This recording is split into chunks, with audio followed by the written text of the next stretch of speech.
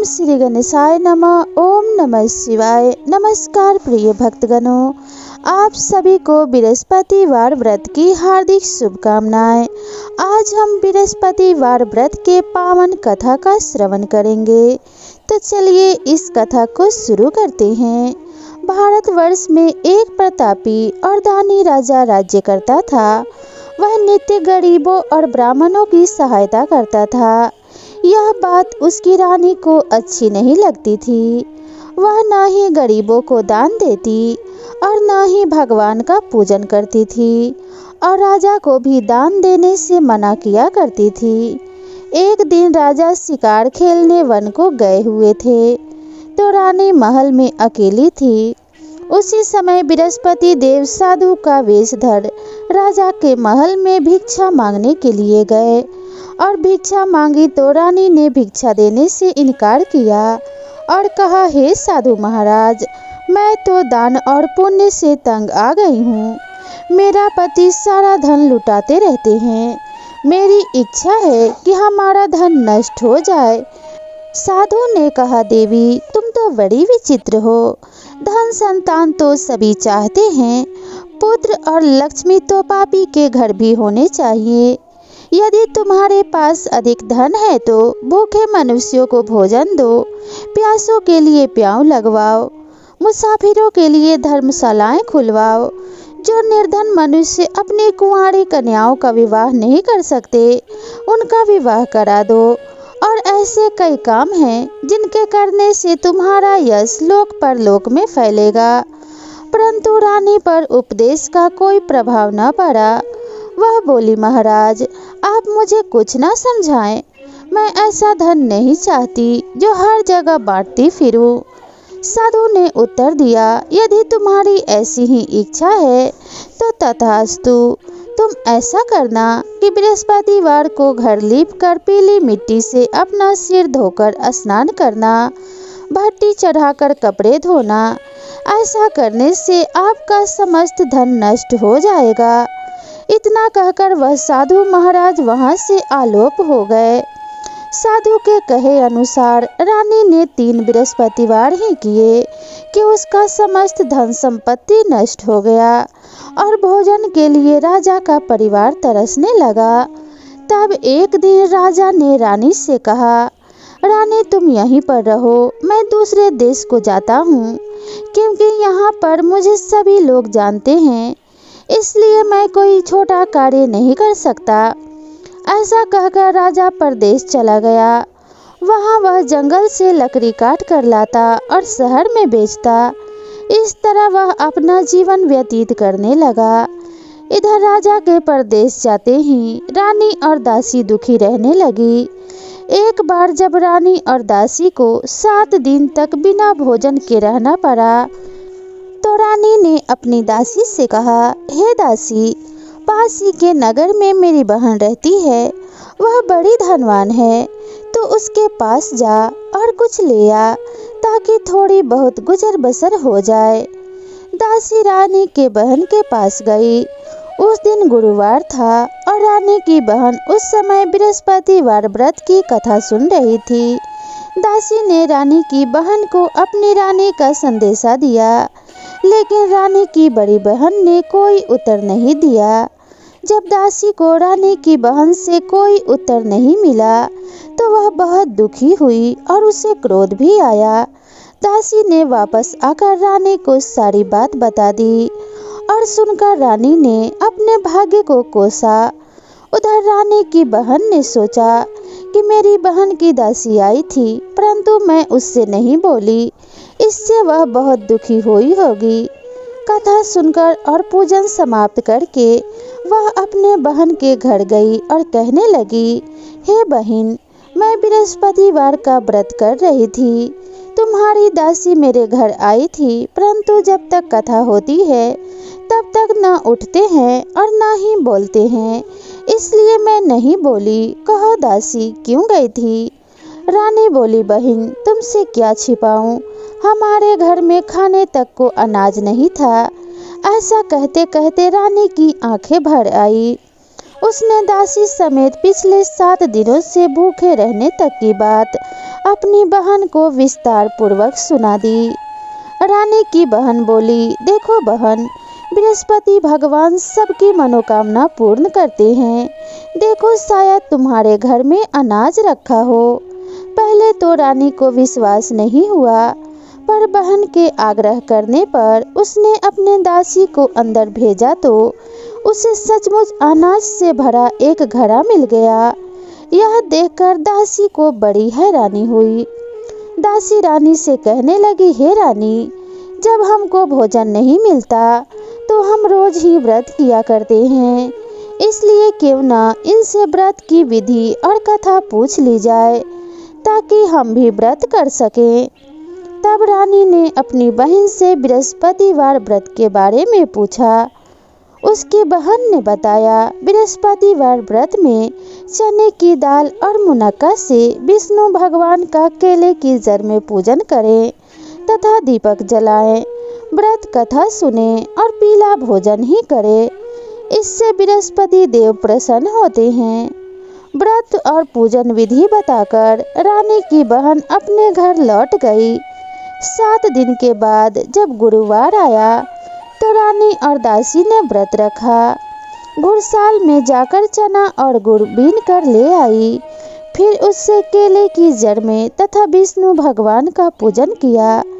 अब पीला भोजन कहाँ से आए, इस बात को लेकर दोनों बहुत दुखी थे, क्योंकि उन्होंने व्रत रखा था, इसलिए बृहस्पति देव उनसे प्रसन्न थे।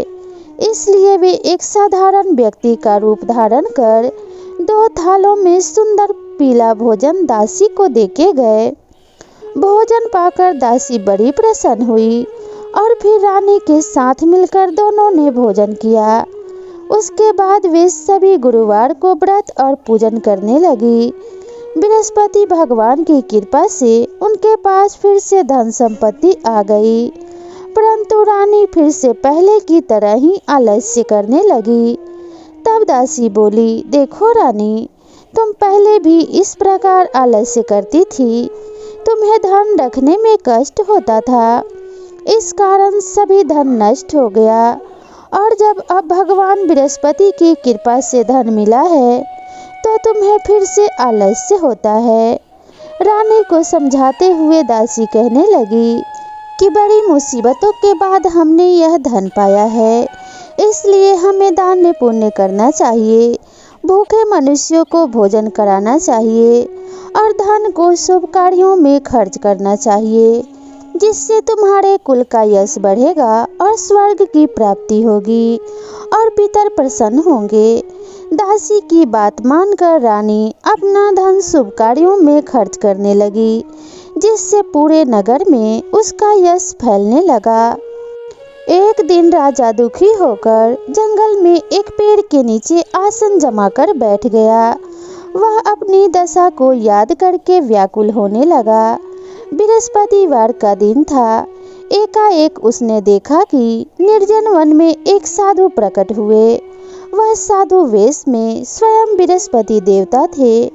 लकड़हारे के सामने आकर बोले, हे लकड़हारे, इस सुनसान जंगल में तू किस चिंता में मगन बैठा है? लकड़हारे ने हाथ जोड़कर प्रणाम किया और उत्तर दिया, महात्मा जी, आप सब कुछ जानते हैं, मैं क्या कहूँ। यह कहकर रोने लगा और साधु को अपनी आत्मकथा सुनाई।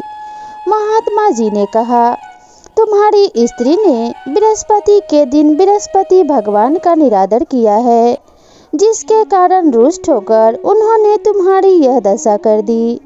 अब तुम चिंता को दूर करके मेरे कहने पर चलो तो तुम्हारे सब कष्ट दूर हो जाएंगे और भगवान पहले से भी अधिक संपत्ति देंगे।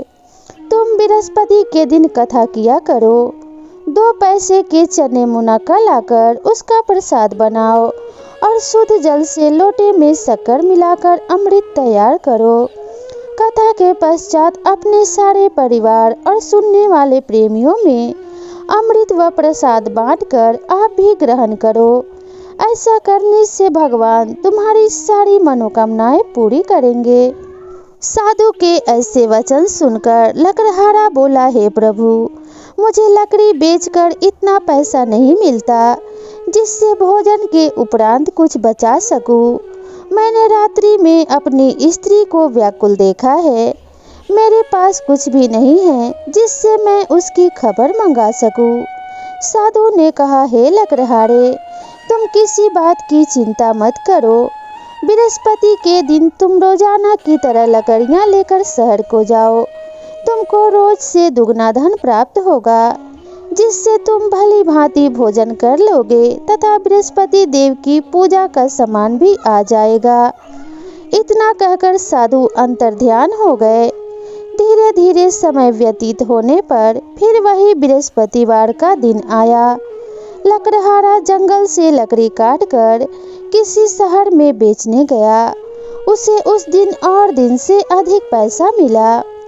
राजा ने चना गुड़ आदि लाकर गुरुवार का व्रत किया। उस दिन से उसके सभी कलेश दूर हुए। परंतु जब दोबारा गुरुवार का दिन आया तो बृहस्पतिवार का व्रत करना भूल गया। इस कारण बृहस्पति भगवान नाराज हो गए। उस दिन उस नगर के राजा ने विशाल यज्ञ का आयोजन किया तथा शहर में यह घोषणा करा दी कि कोई भी मनुष्य अपने घर भोजन न बनावे, न आग जलावे। समस्त जनता मेरे यहाँ भोजन करने आवे। इस आज्ञा को जो न मानेगा उसे फांसी की सजा दी जाएगी। इस तरह की घोषणा संपूर्ण नगर में करवा दी गई।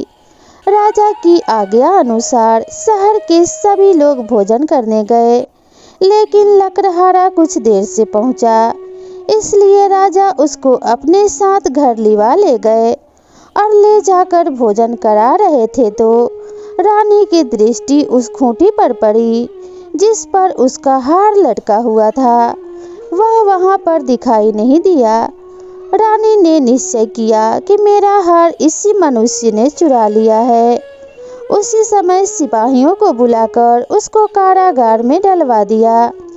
जब लकड़हारा कारागार में पड़ गया और बहुत दुखी होकर विचार करने लगा कि न जाने कौन से पूर्व जन्म के कर्म से मुझे यह दुख प्राप्त हुआ है, और उसी साधु को याद करने लगा जो कि जंगल में मिला था।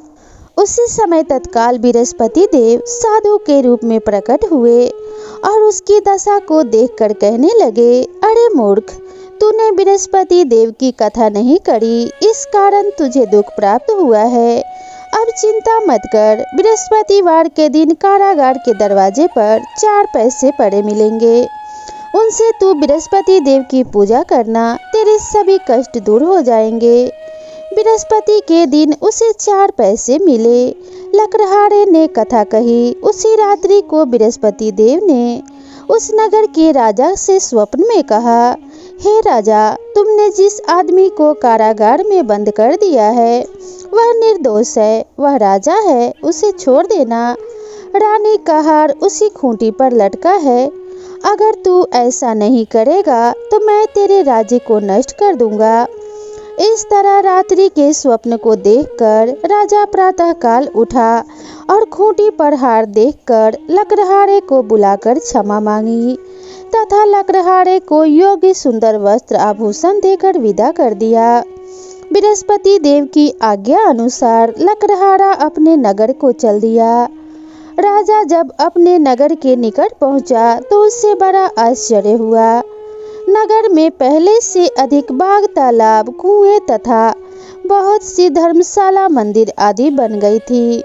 राजा ने पूछा, यह सब किसका बाग और धर्मशाला है?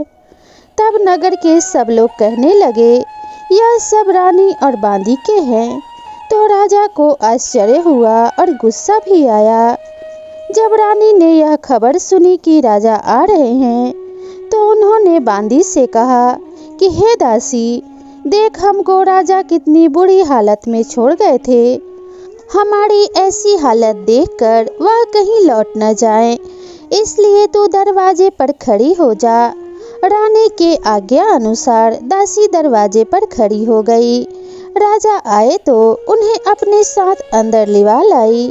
तब राजा ने क्रोध करके अपनी तलवार निकाल ली और रानी से पूछा कि यह धन तुम्हें कैसे प्राप्त हुआ है?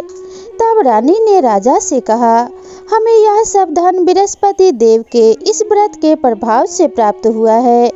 तब राजा ने निश्चय किया कि 7 रोज बाद तो सभी बृहस्पति देव का पूजन करते हैं, परंतु मैं प्रतिदिन 3 में 3 बार कहानी कहा करूँगा तथा रोज व्रत किया करूँगा। अब हर समय राजा के दुपट्टे में चने की दाल बंधी रहती थी तथा दिन में 3 बार कहानी कहता। एक रोज राजा ने विचार किया कि चलो अपनी बहन के यहाँ हो आवें। इस तरह निश्चय कर राजा घोड़े पर सवार हो अपनी बहन के यहाँ को चलने लगा। मार्ग में उसने देखा कि कुछ आदमी मुर्दे को लिए जा रहे हैं। उन्हें रोककर राजा कहने लगा, अरे भाइयों, मेरी बृहस्पति देव की कथा सुन लो। वे बोले, लो हमारा तो आदमी मर गया है, इसको अपनी कथा की पड़ी है। परंतु कुछ आदमी बोले, अच्छा कहो, हम तुम्हारी कथा भी सुनेंगे। राजा ने दाल निकाली और जब कथा आधी हुई थी कि मुर्दा हिलने लग गया और जब कथा समाप्त हो गई तो राम राम करके मनुष्य उठकर खड़ा हो गया। आगे मार्ग में उसे एक किसान खेत में हल चलाता मिला। राजा ने उसे देखकर उससे बोला, अरे भैया, तुम मेरी बृहस्पतिवार की कथा सुन लो। किसान बोला, जब तक मैं तेरी कथा सुनूंगा तब तक 4 हरैया जोत लूंगा। जा अपनी कथा किसी और को सुनाना। इस तरह राजा आगे चलने लगा। राजा के हटते ही बैल पछाड़ खाकर गिर गए तथा किसान के पेट में बड़ी जोर से दर्द होने लगा। उसी समय किसान की माँ रोटी लेकर आई। उसने जब यह देखा तो अपने पुत्र से सब हाल पूछा और बेटे ने सभी हाल कह दिया तो बुढ़िया दौड़ी दौड़ी उस घुड़सवार के पास गई और उससे बोली, मैं तेरी कथा सुनूंगी, तू अपनी कथा मेरे खेत पर चलकर ही सुनाना। राजा ने बुढ़िया के खेत पर जाकर कथा कही, जिसको सुनते ही वह बैल उठ खड़े हुए तथा किसान के पेट का दर्द भी बंद हो गया।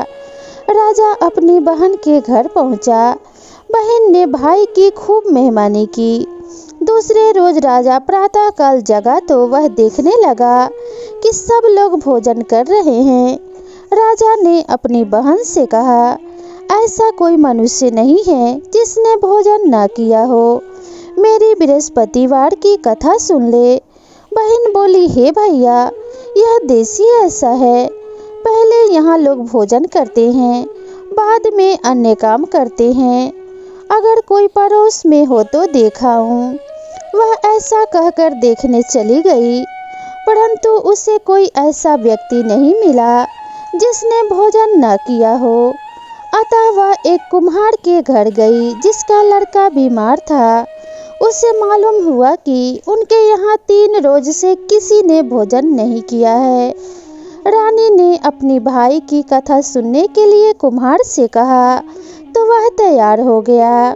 राजा ने जाकर बृहस्पतिवार की कथा कही, जिसको सुनकर कुम्हार का लड़का ठीक हो गया। अब तो राजा की प्रशंसा होने लगी। एक रोज राजा ने अपनी बहन से कहा कि हे बहन, हम अपने घर को जाएंगे, तुम भी तैयार हो जाओ। राजा की बहन ने अपनी सास से कहा। सास ने कहा, हाँ चली जा, परंतु अपने लड़कों को मत ले जाना, क्योंकि तेरे भाई की कोई औलाद नहीं है। बहन ने अपने भाई से कहा, भैया मैं तो चलूंगी, पर कोई बालक नहीं जाएगा। राजा बोला, जब कोई बालक नहीं चलेगा तब तुम ही क्या करोगी। बड़े दुखी मन से राजा अपने नगर को लौट आया। राजा ने अपने रानी से कहा, हम निर्वंशी राजा हैं, हमारा मुंह देखने का धर्म नहीं है और कुछ भोजन आदि नहीं किया। रानी बोली, हे प्रभु, बृहस्पति देव ने हमें सब कुछ दिया है, हमें औलाद अवश्य देंगे। उसी रात को बृहस्पति देव ने राजा से स्वप्न में कहा, हे राजा उठ, सभी सोच को त्याग दे, तेरी रानी गर्भ से है। राजा को यह बात सुनकर बड़ी खुशी हुई। 9वें महीने में रानी के गर्भ से एक सुंदर पुत्र पैदा हुआ। तब राजा बोला, हे रानी, स्त्री बिना भोजन के रह सकती है, पर बिना बोले नहीं रह सकती। जब मेरी बहन आए तब तुम उससे कुछ मत कहना। रानी ने सुनकर हाँ कर दिया। जब राजा की बहन ने यह शुभ समाचार सुना तो बहुत खुश हुई तथा बधाई लेकर अपने भाई के यहाँ आई। तभी रानी ने कहा, घोड़ा चढ़कर तो नहीं आई, गधा चढ़ी आई। राजा की बहन बोली, भाभी मैं इस प्रकार ना कहती तो तुम्हें औलाद कैसे मिलती। बृहस्पति देव ऐसे ही हैं, जैसे जिसके मन में कामनाएं हैं सभी को पूर्ण करते हैं। जो सद्भावना पूर्वक बृहस्पतिवार का व्रत करता है एवं कथा पढ़ता है अथवा सुनता है और दूसरों को सुनाता है, बृहस्पति देव उसकी सभी मनोकामना पूर्ण करते हैं। भगवान बृहस्पति उसकी सदैव रक्षा करते हैं। संसार में जो मनुष्य सद्भावना से भगवान जी का पूजन व व्रत सच्चे हृदय से करते हैं उनकी सभी मनोकामनाएं बृहस्पति देव भगवान पूर्ण करते हैं। जैसी सच्ची भावना से रानी और राजा ने उनकी कथा का गुणगान किया तो उनकी सभी इच्छाएं बृहस्पति देव जी ने पूर्ण की थी। इसलिए पूर्ण कथा सुनने के बाद प्रसाद लेकर जाना चाहिए। हृदय से उनका नमन करते हुए जय जयकार बोलना चाहिए। बोलो बृहस्पति देव की जय, विष्णु भगवान की जय। अभी हमने सुना बृहस्पतिवार व्रत कथा। अब हम सुनेंगे बृहस्पति देव की कथा। तो कथा को शुरू करने से पहले प्रेम से बोलिए ओम श्री गणेशाय नमः। प्राचीन काल में एक ब्राह्मण रहता था। वह बहुत निर्धन था, उसकी कोई संतान नहीं थी। उसकी स्त्री बहुत मलिनता के साथ रहती थी। वह न स्नान करती न किसी देवता का पूजन करती।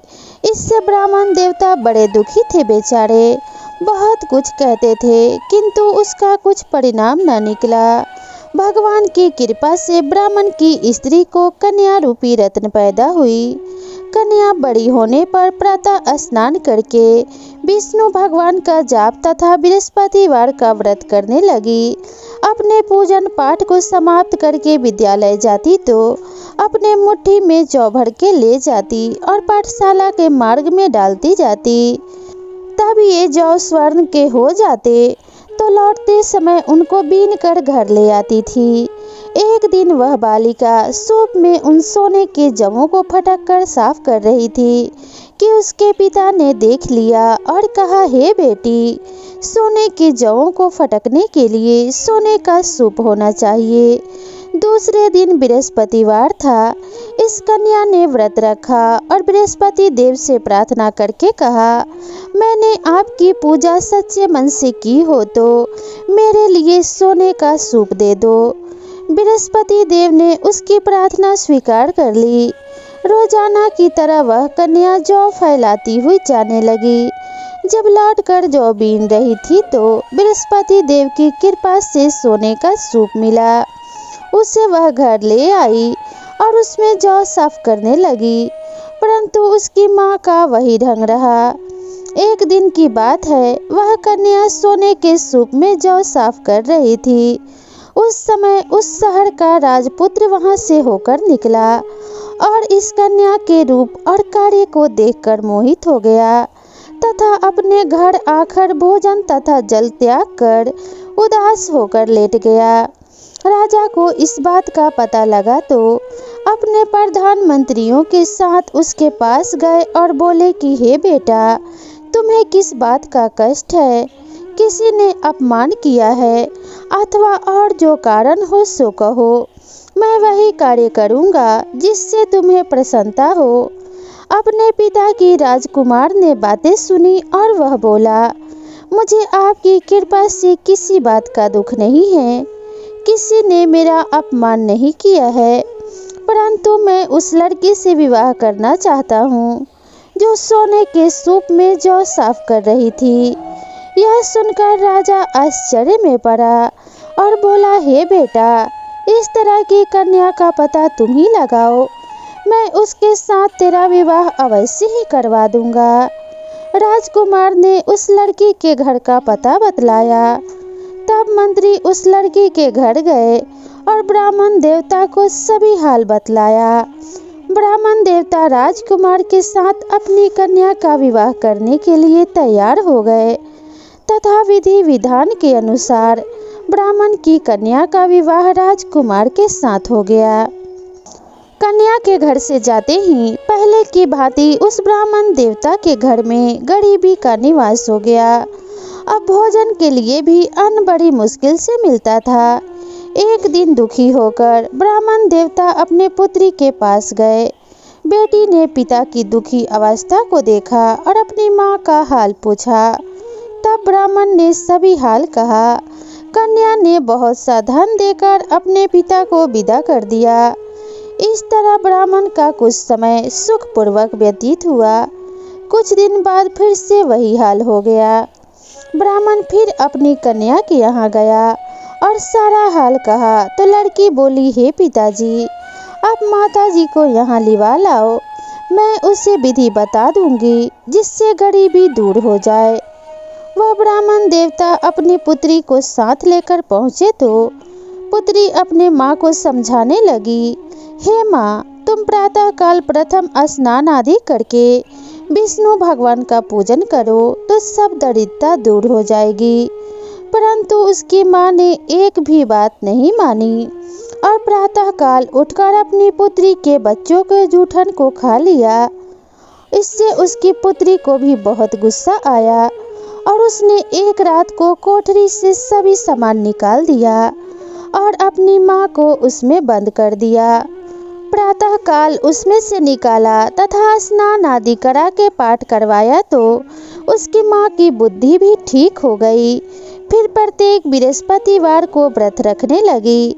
इस व्रत के प्रभाव से उसके माँ बाप भी बहुत धनवान और पुत्रवान हो गए और बृहस्पति जी के प्रभाव से इस लोक के सुख को भोग कर स्वर्ग को प्राप्त हुए। तो इस प्रकार से यह कथा यहाँ समाप्त होती है। सब बोलो विष्णु भगवान की जय, बोलो बृहस्पति देव भगवान की जय। तो प्रिय भक्तगणों, आज की कथा में बस इतना ही। बृहस्पति देव आप सभी का कल्याण करें और यह नव वर्ष आप सभी के लिए मंगलकारी हो, इसी कामना के साथ आपसे विदा लेते हैं। मिलते हैं इसी तरह की नई कथा और कहानी के साथ। तब तक के लिए राधे राधे।